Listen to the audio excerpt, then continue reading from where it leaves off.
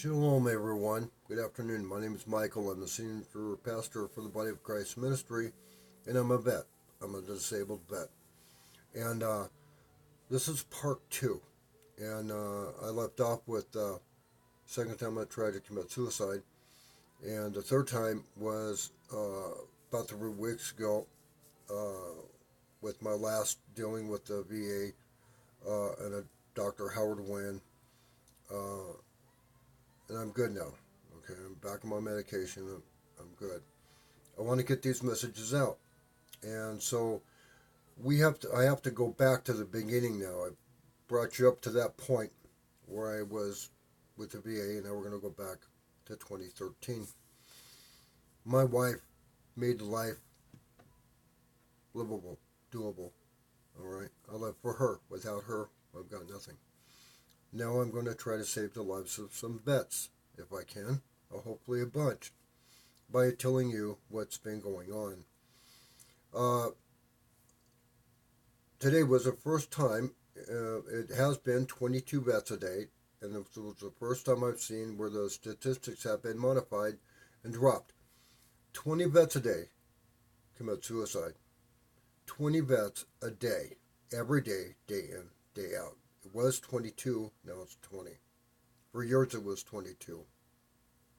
And directly because of the VA, okay? They're not held accountable, and they are killing themselves because of the VA. And if you look back when the war first started, 150,000 vets were killed by the VA from their neglect, from their straight up misdiagnosing, the whole 9 yards. But I want to go back to 2013. My back is an issue, and I'm on pain medication because of it. I've been in 3 motorcycle accidents that basically took it out. Okay, I've had problems with it. I've had several MRIs since 2014. I've had 5 MRIs. Okay, and in 2013, I went to the doctor, the VA. I was stationed or was in San Diego, and I had the La Jolla and the Mission Valley office. Now I'm in Riverside County, and I have Loma Linda Hospital and uh, Murrieta, the Loma Linda Murrieta VA office. And God, I wish I could go back to San Diego, but this is where we're at. I had problems, so I went to the doctor. I said, hey, my back's killing me. Uh, what? Oh, I need an MRI, probably an MRI. And the doctor said, oh, no, I'm a doctor. You need physical therapy. And I go, I can't do physical therapy because my back. So we went through this, ran about, 2013, October, November is when I started. And then one morning in March, I woke up and my chest hurt, my arm felt like it was in a tourniquet, plus my back. And I went to Dr. Marietta. And the doctors were first Dr. Hendojo, and then it went to Dr. Lamarda, and then it went to uh, physician's assistant to Spain at the Marietta Clinic, and uh, never, and if you're in the VA healthcare system, never tell them you got a bad doctor and give me another doctor. I had Dr. Hendojo, then I got Dr. Lamarda. Oh my God, I wished I never changed. Then I said, "Oh man, she was worse than Dr. Hendojo." I said, "Give me another one." I got physician's assistant to Spain, and you'll see how all of this plays out. 2013 or March of 2014, I went in, chest pain, arm was in a tourniquet, my back, and I said I needed a MRI. Cindy, a nurse at that VA, and I don't know how many, but I'm sure she is either directly or indirectly responsible for deaths of vets. And don't ever tell them that. Oh man, how many vets have you killed? She says, "Oh, we don't give MRIs willy nilly." So with all of the problems I had, this extended. And when the next month, in April, I said, man, my arm's killing me, my back's killing me, give me some pills, wait for we're going to do an x-ray. I went back, I was in a wheelchair out of the car going up, and Cindy, nurse, my wife said, he needs an MRI, and this resonated for a long time. We don't give MRIs willy-nilly. So my wife goes, God, he's in a wheelchair. We had to bring him in a wheelchair up here. His back's hurting. It's killing him. Oh, it's nothing in x-ray. Won't find out. So I did an x-ray. Didn't find out. Go back. We need an MRI. We don't give MRIs willy-nilly. My wife went ballistic on her. She started yelling at her, calling, I was in some serious pain. This nurse, Cindy, said, I'm going to call the security on you if you don't settle down. And my wife was, he's in a lot of pain. He needs help. So, and his arm and his chest, oh, that's normal, right? This carried us through, this was March I went in, April, May, and then June when we went back. Well, we still don't know. We're not going to give you an MRI, okay? Then we come to July. I was in the living room, or I was at the dog park. I drop. I was in so much pain, my back, my arm, my chest. I got taken to the VA hospital by ambulance. AMR, lights and sirens, the whole 9 yards. I go to, in the hospital. The doctor ran a bunch of tests and came back, and it was about 1:15 in the morning, and she said, Mr. McComas, is your wife here, can she come get you, where do you live? Well, all that's in the record. I live in Hemet. No, she's not here, we don't have a car. You need to be with your wife. I'm going, what's going on? She goes, you don't have much time left. You need to be with your wife. So I'm going, what the hell's all this stuff going on? Well, we ran a bunch of tests. You need to be with your wife. You need to make sure your affairs are in order. And this was July. She goes, I'm going to call a taxi for you. We're going to have a taxi take you right home. It's like, what the heck's going on? Right? Nothing. I don't get anything, just a taxi ride home. I tell my wife what's going on. She goes, what'd they say? She goes, they ran a bunch of tests and I don't have long to live. And I'm telling you straight up from God, this is exactly the way this all played out. So then that was July. August comes and I drop again. Same thing. My back was screaming, but also my chest and my arm felt like was in a tourniquet. Till the paramedics they take me back to the VA. We get to the VA. I'm in the ER.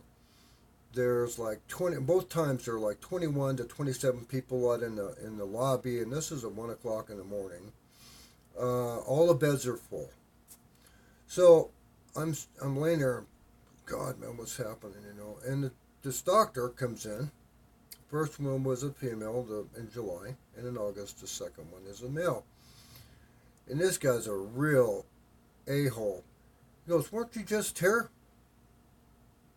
Wow, what do you mean? He's looking at the records. Goes, you were just here less than 3 weeks ago. I go, yeah, but I don't know. I didn't tell the ambulance to bring me here. He goes, what did the doctor tell you? And he looks at the nurse and says, get him out of here. Open up this bed for somebody else. And he discharged me.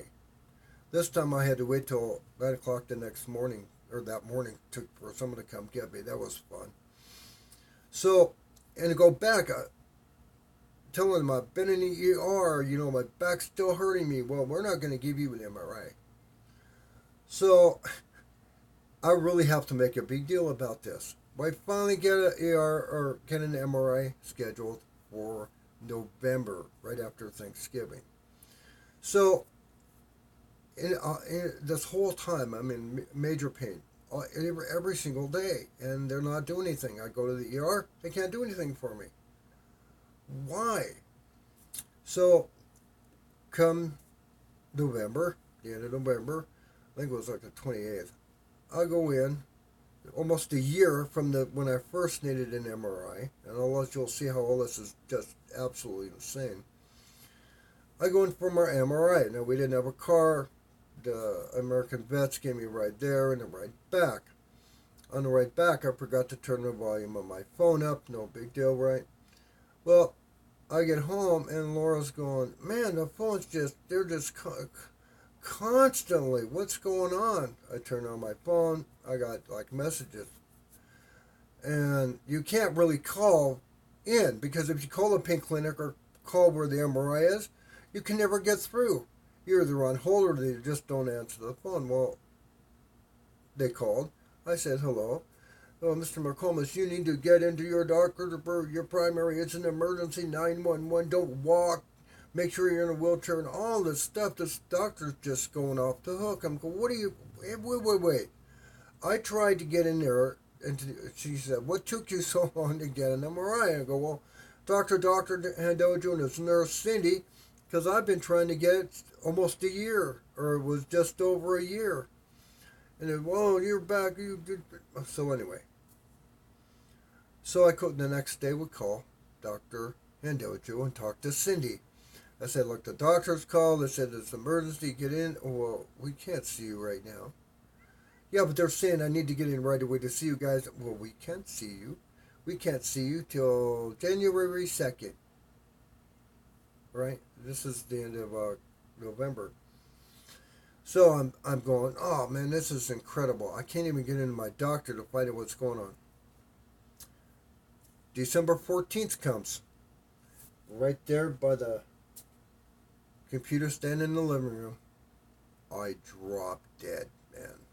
Drop dead. Call an ambulance, come get me, take me to Hemet Hospital.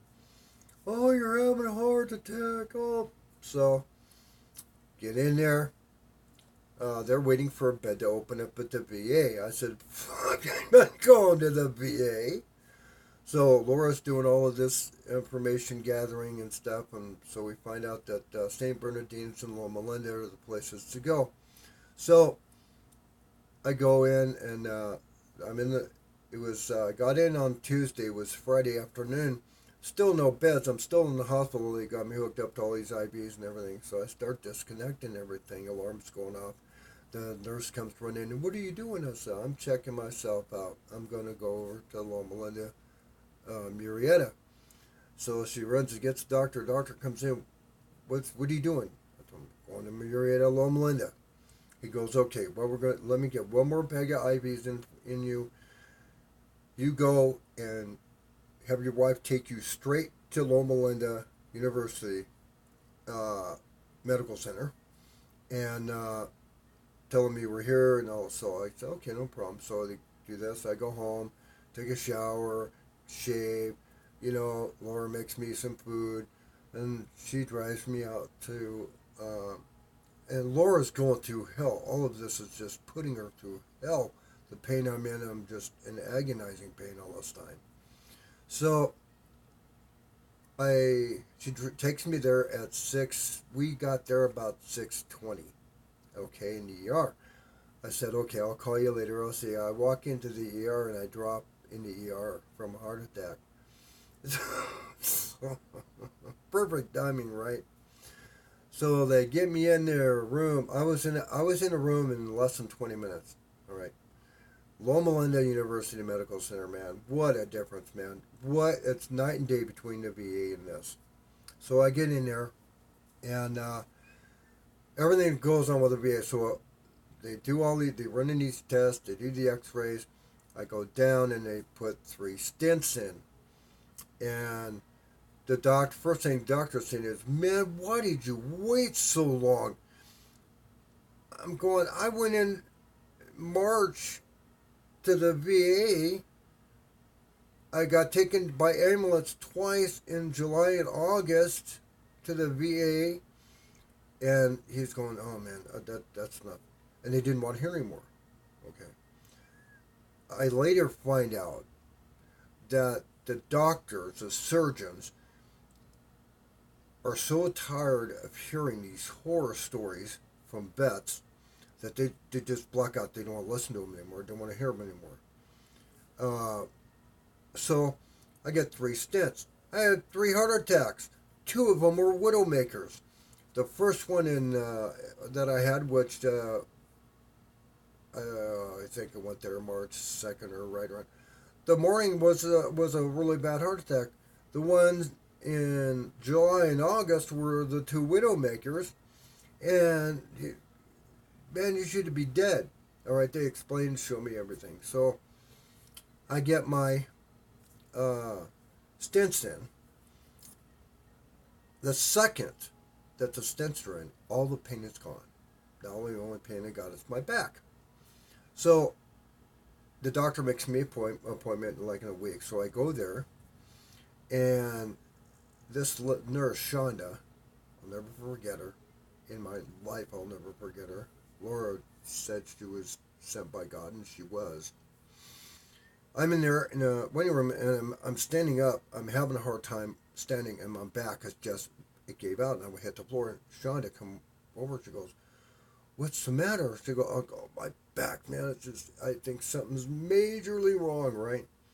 So she puts me in a chair, puts me in the wheelchair, and we're, this woman, this nurse, goes down to the hospital, or down to the where the MRI is,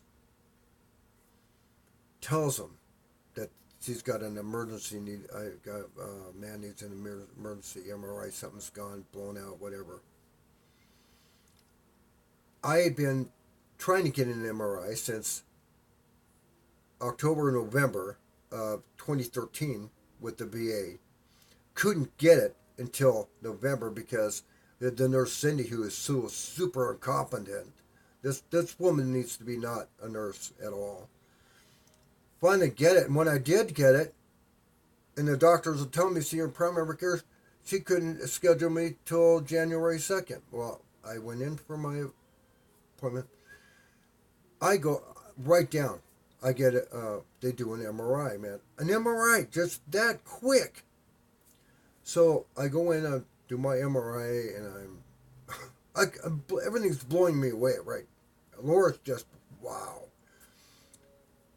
So the nurse, Shonda, that was sent by God, got this happening. I do my MRI. As I'm getting out of the machine and getting close, I'm watching the text. And I'm going, what is it? It's pretty bad, isn't it? I go, well, we can't. We're only text. So yes, only the doctor can talk to you. I go, look, I said, hey, look, it's my back. I know something's screaming wrong. The woman who was operating the MRI said, be by your phone. Keep your phone on because the doctor's probably going to call you real soon. So I go up, get Laura. We start going home. By the time I got home, I got 2 doctors that called me. And they're going, man, what took you so long to get the MRI? And I said, look, I'm a disabled vet. I'm a vet. Since October or November of 2013, and they go, that no more. No, wow.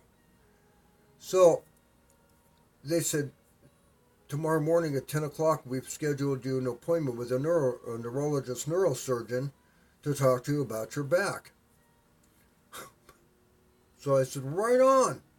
Before I made my appointment, after the fact that the doctors were calling me at the VA, telling me, go, and Cindy said, oh, well, we can't get you in. Before that date, I was already seeing a neurosurgeon, and the neurosurgeon said, he had a couple pictures up, and he goes, this is a good back, this is a healthy picture, and I'm going, holy crap, you right? Laura's going, my God, what?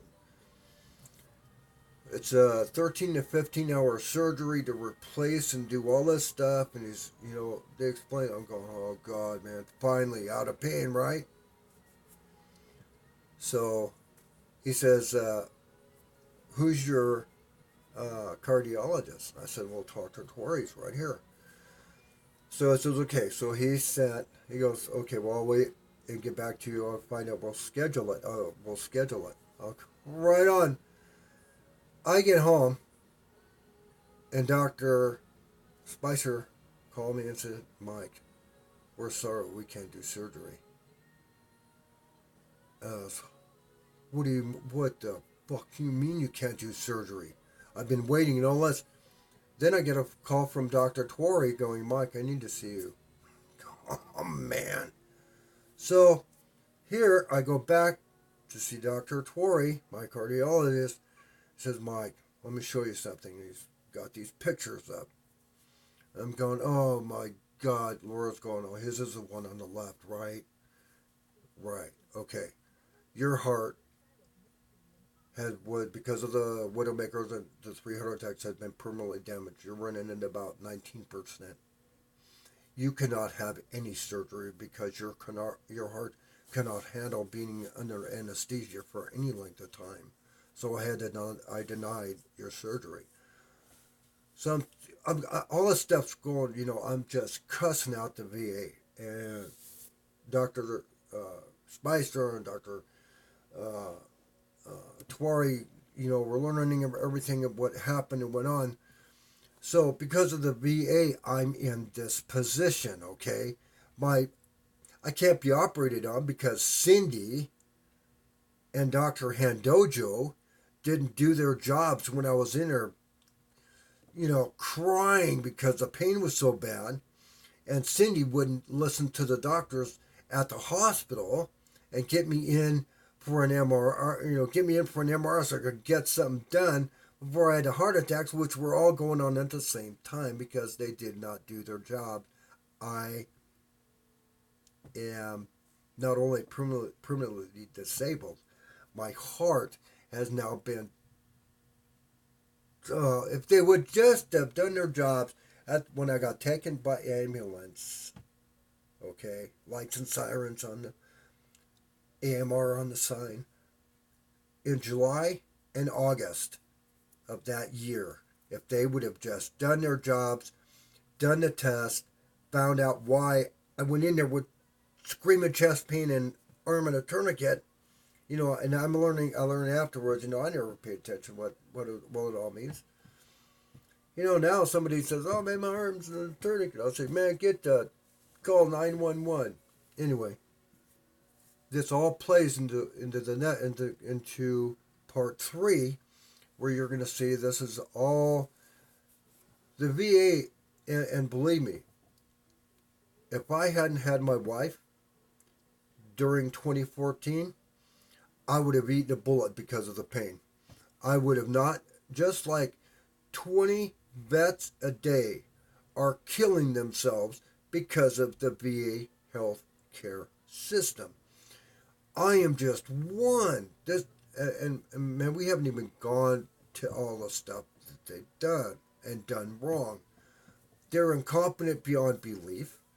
To me, it seems like they get maybe first or second year medical students and put them in positions of power, surgeons and everything else, not even knowing what to do with a scalpel. I have nothing. There's nothing. What good can you say? Okay.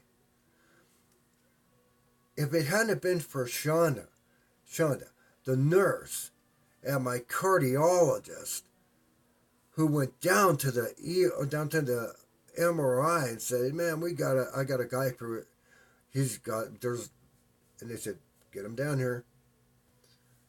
The VA doesn't do MRIs willy-nilly. What do they use their machine for? Okay? But anyway, all of this, as you see, will play into part 3. And the reason I'm telling you all this stuff is so that you can understand when you see a vet is having problems with the VA, it's under exaggerated. I'll tell you about doctors that are outside the VA that are helping me now, and the problems I still have with the VA because my PTSD is so bad I can't go near the hospital now. Anyway, my name is Michael. I'm the senior pastor and teacher for the Body of Christ Ministry. I'm also a disabled vet, and I want to teach you about the VA healthcare system and how bad it is. And maybe we can get something together to get this fixed. Shalom, everybody.